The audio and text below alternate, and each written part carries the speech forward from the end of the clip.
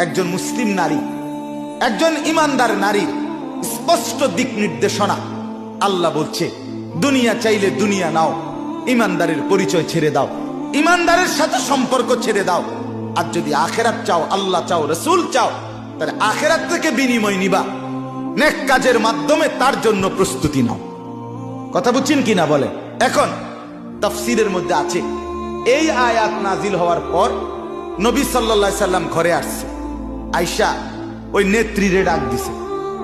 নেত্রীকে ডাক আয়েশা রাদিয়াল্লাহু তাআলা আনহা, ওনাকে বলছে আয়েশা শুনো, ও বিকালে যে কথা কইছে ওইটা মনে আসেনি?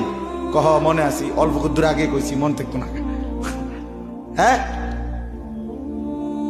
মনে আছে। আচ্ছা এখন তোমার কথার জবাব কি? এটা আল্লাহ তাআলা এই মাত্র আমাকে আয়াত নাজিল করে জানাইছেন।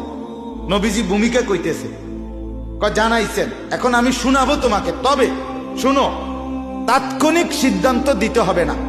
নবীজি আগে বলতেছে আয়াত কইবার আগে, তাৎক্ষণিক সিদ্ধান্ত দিবা না, তুমি দুইটা কাজ করবে। এক, বাকি 8 জনের লগে বুঝবা।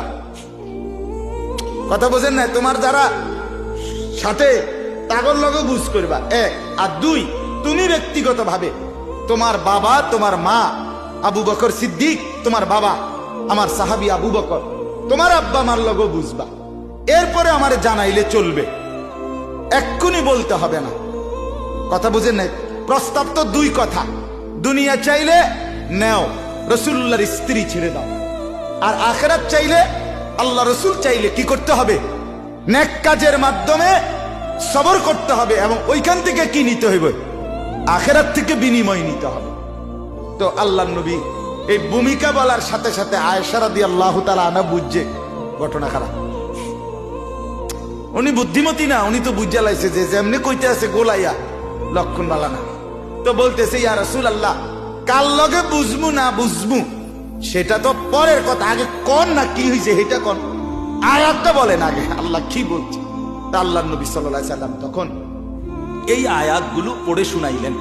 সাথে সাথে তাফসীরের মধ্যে আছে আম্মা জান আয়েশা রাদিয়াল্লাহু তাআলা আনহা আল্লাহর নবীকে জড়িয়ে ধরে বললেন, স্বামী আমার, ইয়া রাসূলুল্লাহ সাল্লাল্লাহু আলাইহি ওয়াসাল্লাম, বাকি 8 জনের সাথে বুঝারও কোনো দরকার নাই, আমার বাবা মা কারোর সাথে কোনো বুঝার দরকার নাই।